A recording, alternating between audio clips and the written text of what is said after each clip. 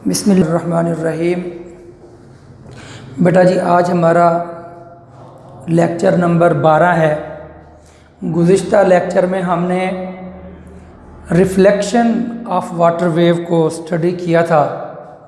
तो आज जो है हम रिफ्रैक्शन ऑफ वाटर वेव को स्टडी करेंगे, और इसको स्टडी करने से पहले जो है फिर वही बात हम करेंगे कि रिफ्रैक्शन ऑफ लाइट को थोड़ा देख लें कि रोशनी के अंदर, लाइट के अंदर रिफ्रैक्शन की प्रॉपर्टी किस तरह से होती है। तो देखें बेटा जी, यहाँ पर ये हमारे पास एयर है और ये हमारे पास बेटा ग्लास स्लेब है, शीशे का ब्लॉक है। और इसमें जब ये इंसिडेंट रे आती है एयर में से होती हुई, एक मीडियम में से होती हुई, at some angle of incidence I, तो ये इस ग्लास के अंदर, क्योंकि ये ट्रांसपेरेंट ग्लास है, तो ये इस ग्लास के अंदर अपने असली रास्ते पर, ओरिजिनल पाथ के ऊपर ये लाइट नहीं ट्रैवल करती, बल्कि ये it bend towards the normal. तो ये नॉर्मल जो कि इसके अंदर डॉटेड लाइन में नज़र आ रहा है, इस नॉर्मल की तरफ ये मुड़ जाती है। तो रोशनी का एक मीडियम से दूसरे मीडियम में ट्रैवल करना और फिर दूसरे मीडियम में मुड़ जाना, that is called refraction of light. हमने पिछले लेक्चर में जो रिफ्लेक्शन था उसका मतलब भी मैंने मुड़ जाना कहा था, और इसका मतलब भी मैं कह रहा हूँ मुड़ जाना। तो गुज़िश्ता लेक्चर में हमने रिफ्लेक्शन का मतलब भी मुड़ जाना लिखा था, और यहाँ रिफ्रैक्शन का मतलब भी मैं मुड़ जाना लिख रहा हूँ। इन दोनों में फ़र्क ये था कि गुज़िश्ता लेक्चर में जब ये प्लेन मिरर था और ये नॉर्मल लाइन थी, तो रोशनी हवा में से आती हुई वापस हवा में, एयर में वो मुड़ गई। तो इन दोनों के मुड़ जाने में फ़र्क है। यहाँ रोशनी हवा में ट्रैवल करती है, दूसरे मीडियम से टकराती है और टकराकर वापस हवा में मुड़ जाती है, तो ये रिफ्लेक्शन। यहाँ रोशनी हवा में से ट्रैवल करती है और शीशे में मुड़ जाती है, दूसरे मीडियम में मुड़ जाती है।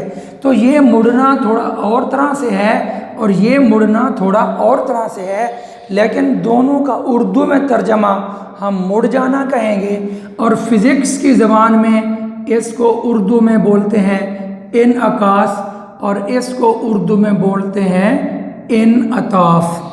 अब ये इनअकास और इनअताफ़ के जो लफ्ज़ हैं ये थोड़े मुश्किल हैं, तो बहरहाल मैं इसलिए मुड़ जाना ही आपको समझा रहा हूँ। बाकी इनमें एक फ़र्क तो ये हुआ कि यहाँ पर रोशनी हवा में से शीशे में मुड़ गई, और यहाँ पर रोशनी हवा में से वापस हवा में मुड़ गई।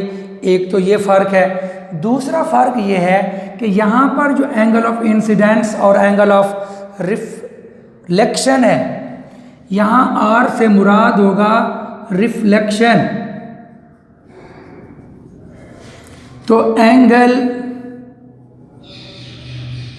Of reflection is equal to R, और बल्कि यहाँ ये रिफ्लेक्शन है, और ये वाला जो आर होगा, ये वाला आर, इसको हम बोलेंगे एंगल ऑफ रिफ्रैक्शन। तो वो आर है। अच्छा, अब बेटा ये जब भी एक्सपेरिमेंट्स किए गए तो मालूम ये हुआ कि फ़र्ज़ कर लें कि अगर ये एंगल जो है वो 45 डिग्री हो, तो ये वाला एंगल भी 45 डिग्री ही होता है, यानी ये दोनों एंगल बराबर होते हैं। मगर यही चीज़ यहाँ नहीं होती।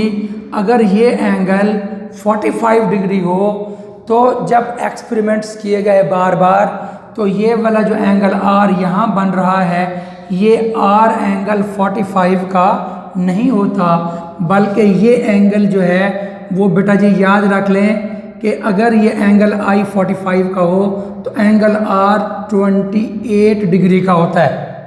ये अलग से प्रूफ है कैसे होता है, लेकिन ये अभी आप वैसे याद कर लें। अगर ये एंगल 45 डिग्री हो और ये शीशा हो, ग्लास स्लेब हो, तो फिर आर की वैल्यू 28 डिग्री होती है। मैं कहना ये चाहता हूँ कि यहाँ पर एंगल आई और एंगल आर बराबर होते हैं और यहाँ पर एंगल आई और एंगल आर जो है वो बराबर नहीं होते। तो अच्छा, तो एक तो ये बात यहाँ पर है, और दो यानी यहाँ पर एंगल बराबर है। और इसमें जो वेव होती है, ये बात याद रख लें, मैंने कहा था कि ये ट्रांसवर्स वेव की शक्ल में आता है। तो ये जो ट्रांसवर्स वेव्स है, तो ये यहाँ पर भी ट्रांसवर्स वेव बन के जाता है। तो जब एक्सपेरिमेंट्स किए गए तो मालूम ये हुआ कि जो स्पीड यहाँ होती है, स्पीड v, और जो स्पीड यहाँ होती है वो बराबर होती है। यहाँ वाला एंगल और ये वाला एंगल बराबर, और यहाँ की इसकी स्पीड और इसकी स्पीड बराबर।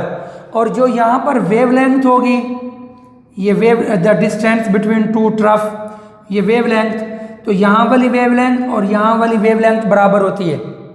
तो याद रख लें, ये स्पीड है और ये वेवलेंथ है, तो ये वेवलेंथ लैम्डा बराबर।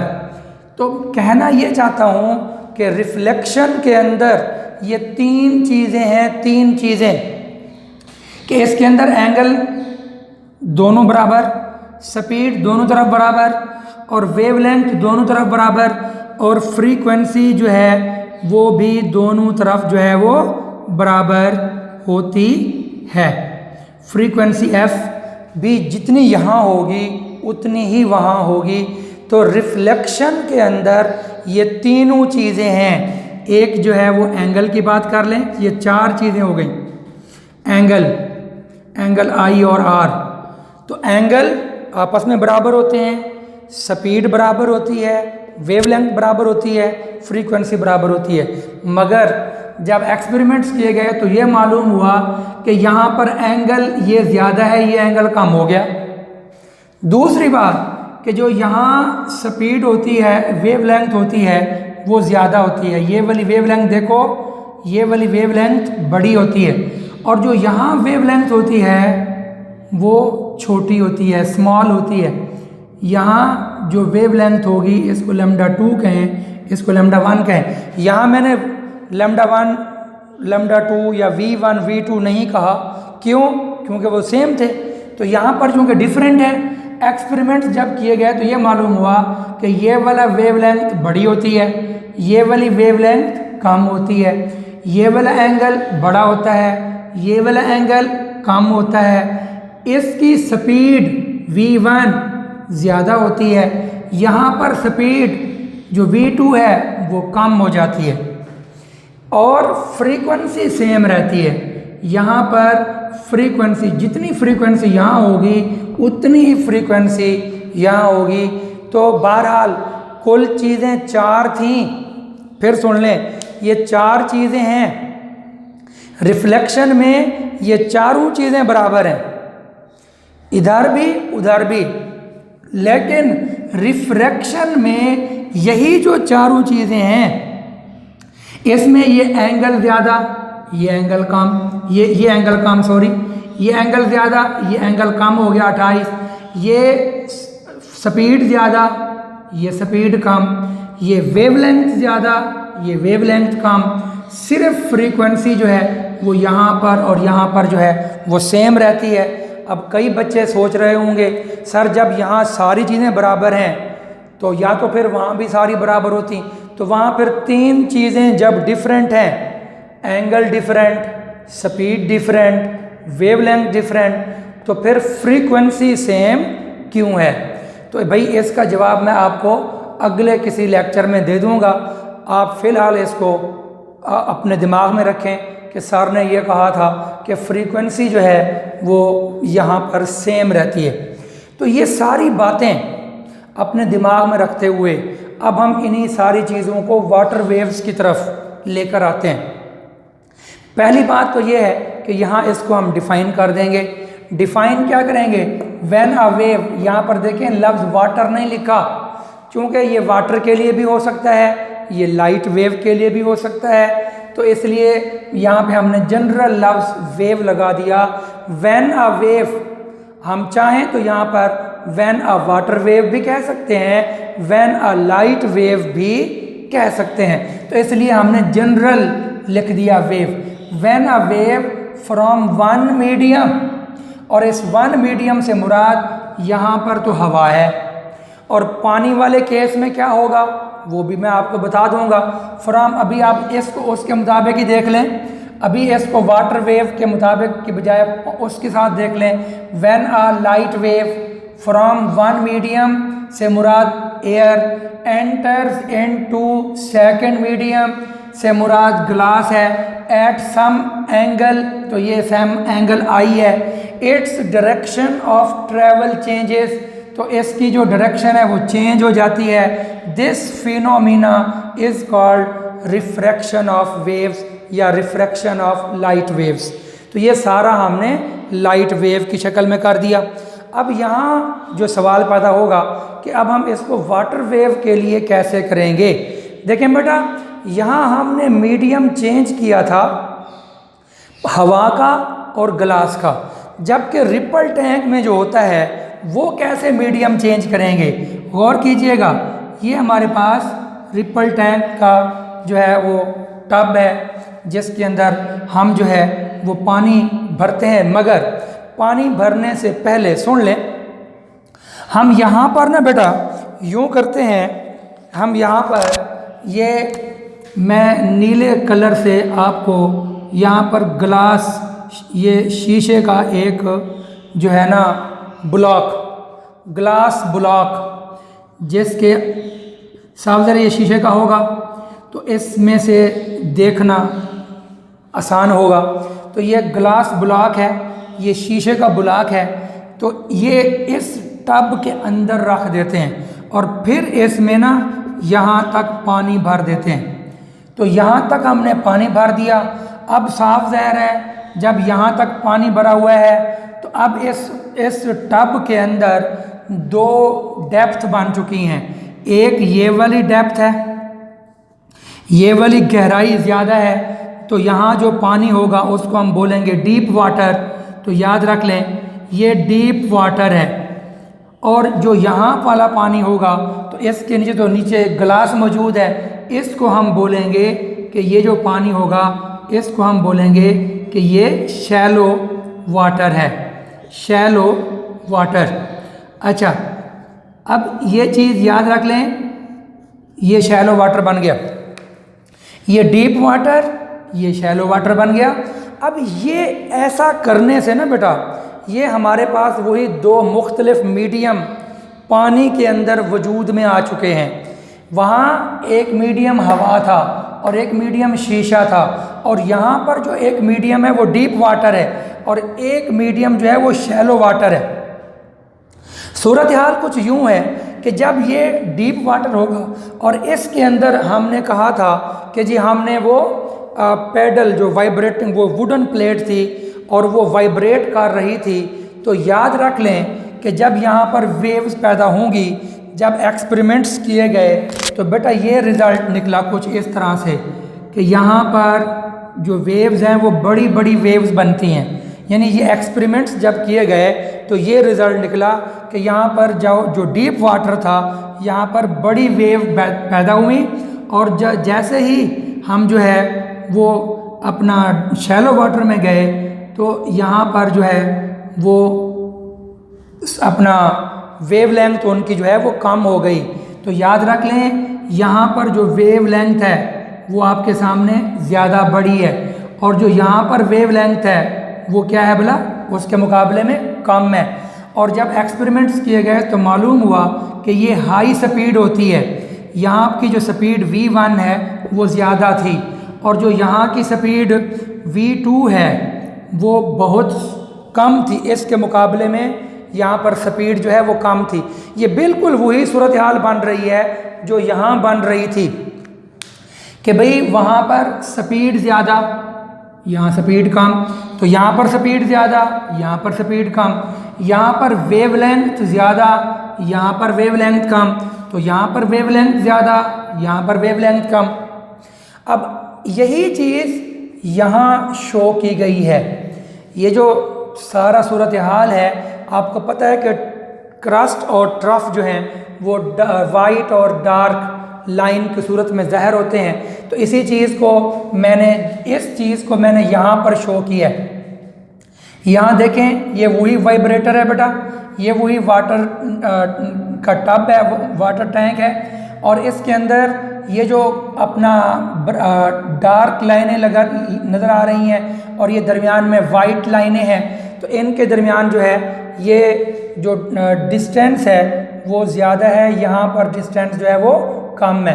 तो ये वेवलेंथ ज़्यादा है और ये यहाँ पर जो वेवलेंथ है वो कम है। यहाँ जो स्पीड होगी वो ज़्यादा होगी, यहाँ पर जो स्पीड है वो ज़्यादा है, वो यहाँ पर स्पीड ज़्यादा होगी और यहाँ पर स्पीड कम होगी।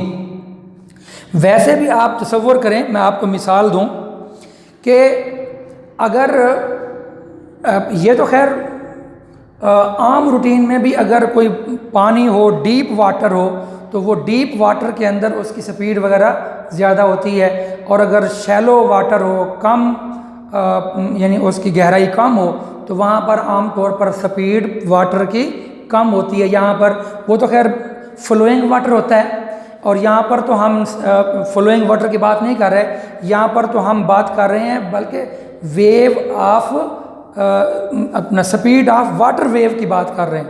वो मिसाल एक और बन जाती है। बहरहाल जैसे नहरों में चलता हुआ पानी होता है, वो एक अलग इशू है, फिर किसी वक्त अगर मौका मिला तो उसको अलग डिस्कस करेंगे। यहाँ तो बहरहाल ये स्टिल वाटर है और इसके अंदर हमने वेव पैदा की हैं। तो बहरहाल मैं बात ये कर रहा हूँ कि deep water faster speed, shallow water slow speed, और उसके बाद अब ये उस वक्त की सूरत हाल है जबकि ये ब्लॉक जो है ना इस टब के अंदर सीधा रखा हुआ हो, और अगर हम यूँ करें कि इस ब्लॉक को थोड़ा तिरछा रख दें, तिरछा कर दें, यानी ब्लॉक जो यहाँ सीधा रखा हुआ था उस ब्लॉक को थोड़ा यूँ तिरछा रख दें उस टब के अंदर, तो जब तिरछा रखेंगे तो फिर जैसे यहाँ पर ये बात एंगल बन रहा है, तो जब इस टब को ही तिरछा कर देंगे तो फिर उसका भी एंगल बनेगा और वो कुछ यहाँ पर यूँ ज़ाहिर होगा। ये हमने अंदर इस ब्लॉक को ना एट सम एंगल जब रखेंगे तो देखें जैसे यहाँ पर सीधा रखा था तो ये स्पीड और वेवलेंथ बड़ी थी, यहाँ स्पीड और वेवलेंथ कम है, तो यहाँ पर भी स्पीड बड़ी, ये स्पीड ज़्यादा होगी और वेवलेंथ भी ज़्यादा होगी, यहाँ पर वेवलेंथ भी कम है और स्पीड भी कम होगी।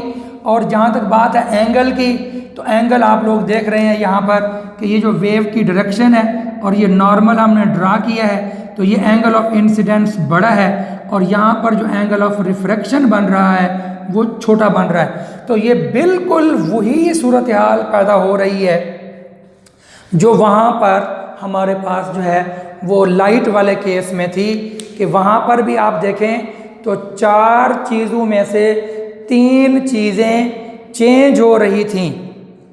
एंगल ज़्यादा, यहाँ एंगल कम, यहाँ पर एंगल ज़्यादा, यहाँ पर एंगल कम, यहाँ पर स्पीड ज़्यादा, यहाँ स्पीड कम, वेवलेंथ ज़्यादा, वेवलेंथ कम, तो यहाँ पर स्पीड ज़्यादा, यहाँ कम, यहाँ वेवलेंथ ज़्यादा, यहाँ कम।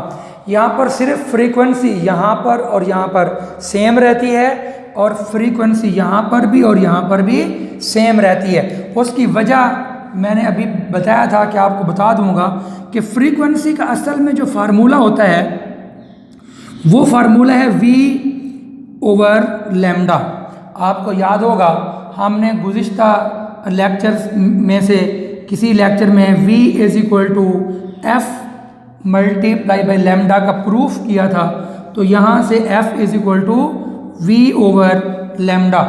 तो बेटा जी अब इसमें ना जो चार चीजें हैं, चार चीजों में से फ्रीक्वेंसी जो है वो सिर्फ सेम रहती है, बाकी तीनों चीजें चेंज हो जाती हैं। ये एंगल यहाँ ज्यादा यहाँ पे कम, एक चीज, स्पीड ज्यादा यहाँ कम, दो चीज, वेवलेंथ ज्यादा यहाँ कम, तीसरी चीज, तो चौथी चीज जो है वो फ्रीक्वेंसी है। अब सवाल ये पैदा होगा कि ये फ्रीक्वेंसी सेम क्यों रहती है? तो बेटा जी इसका सिंपल जवाब ये है कि frequency depends on the vibrator. तो अब आपको याद होगा फ्रीक्वेंसी की जो थी ना डेफिनेशन, वो ये थी कि number of vibration of vibrating body in 1 second. तो यहाँ पर वाइब्रेटिंग बॉडी बेटा हमारे पास जो है वो मोटर है या वुडन प्लेट है। तो साफ है वुडन प्लेट फर्ज कर लें कि 1 सेकेंड के अंदर अगर 20 मरतबा वाइब्रेट कर रही है तो फ्रीक्वेंसी तो उस वुडन प्लेट पे डिपेंड कर रही है ना। तो फ्रीक्वेंसी का जो डिपेंडेंस है वो शैलो वाटर या डीप वाटर के ऊपर नहीं है। तो इसलिए हम ये कहते हैं कि भाई रिपल टैंक के अंदर जो फ्रीक्वेंसी है it remains same because it depends upon the vibrator और it does not depend on the deep water और इन द शैलो वाटर। उम्मीद है आपको ये बात समझ आ गई होगी कि फ्रीक्वेंसी जो है वो दोनों सूरतों में सेम क्यों रहती है। तो इसके साथ ही हमारा आज का जो है वो रिफ्रैक्शन का जो टॉपिक है वो यहाँ पे कंप्लीट होता है। लेकिन एक छोटा सा क्वेश्चन इम्तिहान में ये बन जाता है, तो मैं चाहूँगा कि वो भी आपको लिखवा दूँ कि why the frequency of water waves remain same. ये क्वेश्चन है, बाद बात ये शॉर्ट क्वेश्चन के तौर पे आता है कि why the frequency of water waves remains same in both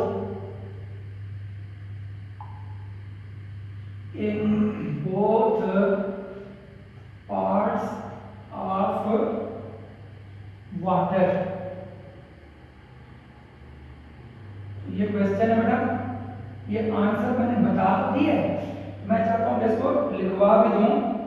तो इसका आंसर ये होगा, यहीं से आंसर बना लेंगे, the frequency of water waves remain same in both parts of water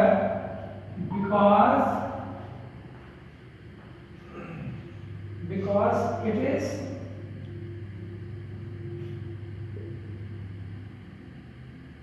equal to the frequency